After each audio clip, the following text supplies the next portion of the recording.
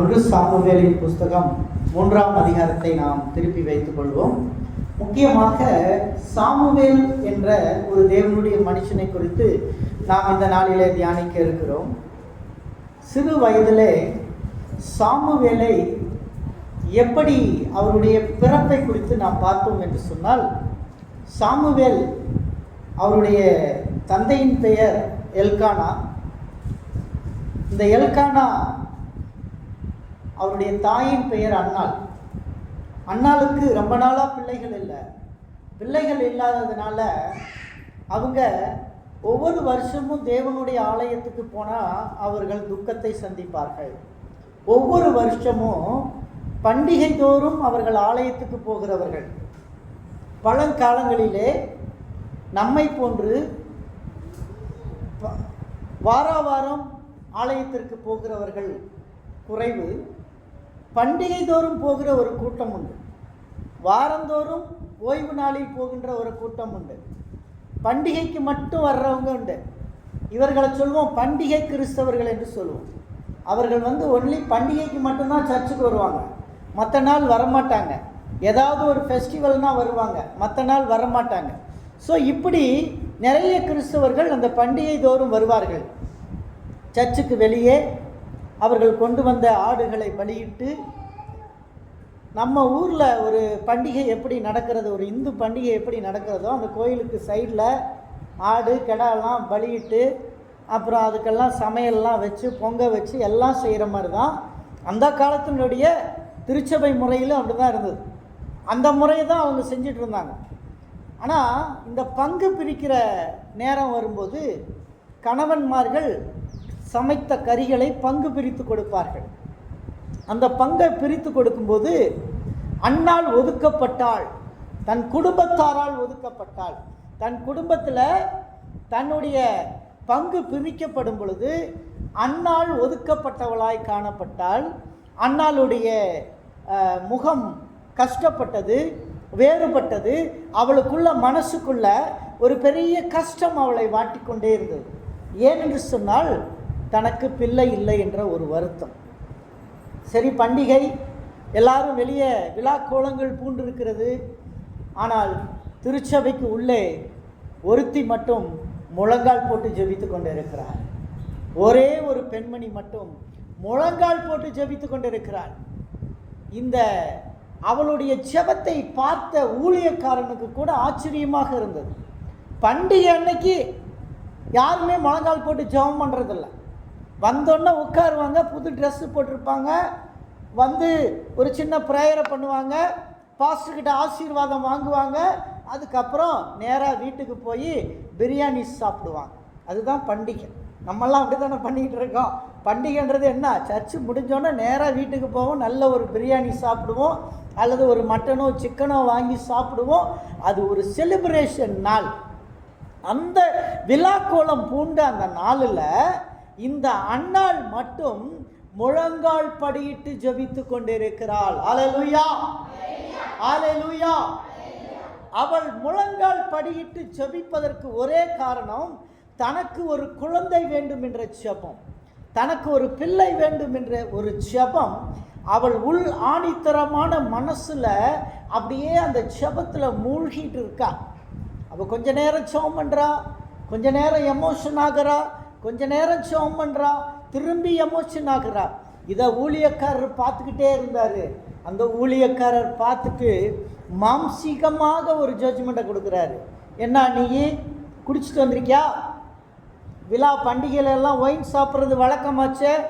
இஸ்ரவேலர்கள் தங்களது பண்டிகையில் ஒயின் குடிப்பது வழக்கம்.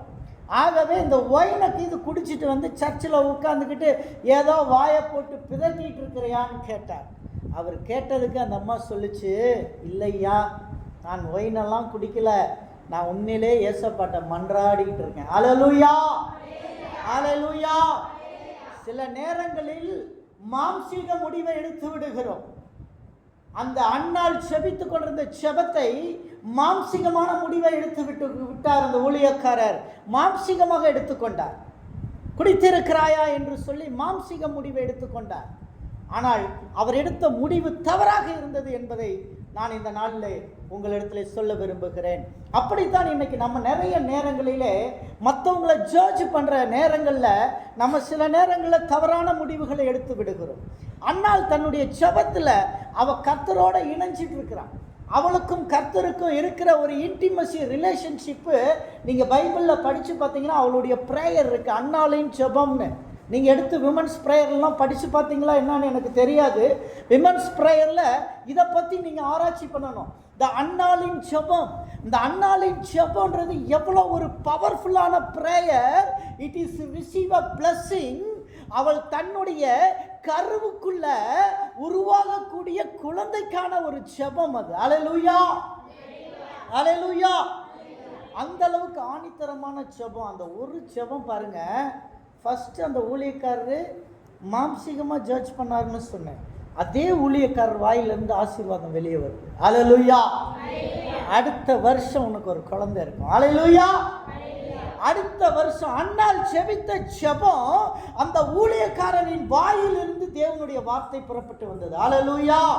இன்னைக்கு நீங்க செபிக்கிற ஜெபம் அநேக நேரங்களில் கர்த்தர் நேரடியாய் கொடுக்காவிட்டாலும் தேவனுடைய ஊழியக்காரர்கள் மூலமாக வார்த்தைகளிலே கொடுத்து கொண்டு இருக்கிறார்கள். தேவனுடைய வாயிலிருந்து புறப்பட்டு அந்த வார்த்தைகள் வெளிப்பட்டு கொண்டிருக்கிறதை நாம் பார்க்கிறோம். அல்லேலூயா. இந்த அன்னாள் பெனினாள் 2 பேருமே சிஸ்டர்ஸ். ஒரு குடும்பத்தில் எல்கானாவினுடைய 2 மனைவிகளை குறித்து அங்கே சொல்லப்பட்டிருக்கிறது. அன்னாள் அண்ட் பெனினாள் என்று சொல்லப்பட்டிருக்கிறது. இந்த பெனினாள் எப்பொழுதுமே ஒரு ஏளனம் செய்கிற ஒரு பெண்மணி, ஆனால் அன்னாள் ஜெபிக்கிற பெண்மணி. அல்லேலூயா, அல்லேலூயா. பெனினாளின் பிள்ளைகள் சரித்திரத்தில் எழுதப்படவில்லை, அன்னாளின் பிள்ளைகள் சரித்திரத்தில் எழுதப்பட்டிருக்கிறார்கள். அல்லேலூயா. ஏனென்று சொன்னால் அன்னாள் செபிக்கிறவளாக இருந்தாள். அவள் செபிக்கிறவளாக இருந்ததுனால அவளுடைய பிள்ளைகள் சரித்திரத்தில் எழுதப்பட்டார்கள், அவர்களுடைய பெயர்கள் எழுதப்பட்டது. அதே மாதிரி ஒரு குழந்தை அந்த வருஷத்தில் பிறக்குது. அந்த குழந்தைக்கு அன்னாள் சாமுவேல்னு பேர் வச்சான். ஏன் சாமுவேல்னு பேர் வச்சா தெரியுமா? சாமுவேல்ன்றது name of God. God has heard. தேவன் என்னை கேட்டார், தேவன் என் சத்தத்தை கேட்டார். அல்லேலூயா. சாமுவேல்ன்ற வார்த்தைக்கு என்ன அர்த்தம்னா தேவன் என் சத்தத்தை கேட்டார், என் சத்தத்தை கேட்டார். அன்னாள் கர்த்தரிடத்துல நன்மையை வாங்கினவ தன்னுடைய ஒரே மகனையும் கர்த்தருக்காக ஒப்பு கொடுத்தாங்க. அல்லேலூயா, அல்லேலூயா. கர்த்தர்கிட்ட இருந்து நம்ம கேட்டு வாங்குறோம், அதே காரியத்தை கர்த்தருக்கு திருப்பி கொடுத்தா அன்னாள். இன்னைக்கு எத்தனை பேர் உன்னுடைய பிள்ளைகளை திருப்பி கொடுக்கறதுக்கு கர்த்தருக்காக கொடுக்கறதுக்கு ரெடியா இருக்கீங்க? அல்லேலூயா. How many of you want to give your children to God? எத்தனை பேர் செபிச்சு வாங்குறீங்க உங்க பிள்ளைகளை கர்த்தருக்காக கொடுங்க? You should give your children to God. தேவன் உன் பிள்ளைகளை கர்த்தருக்கு கொடுங்க. அன்னாள் கொடுத்தா. அவன் எதுவுமே எதிர்பார்க்கல, எனக்கு ஒரு குழந்தை பிறந்தா போதும், நான் மலடி இல்லைன்றது மட்டும் இந்த உலகத்துக்கு தெரியட்டும். குழந்தை பிறந்துருச்சு. அவன் நன்றி உள்ளவளா இருந்தா. யாருக்கு? கர்த்தருக்கு. அல்லேலூயா. அவன் கர்த்தருக்கு நன்றி உள்ளவளா இருந்தா. அந்த குழந்தையை கொண்டு வந்து ஆலயத்தில் விட்டுட்டாங்க. ரொம்ப சின்ன வயசு.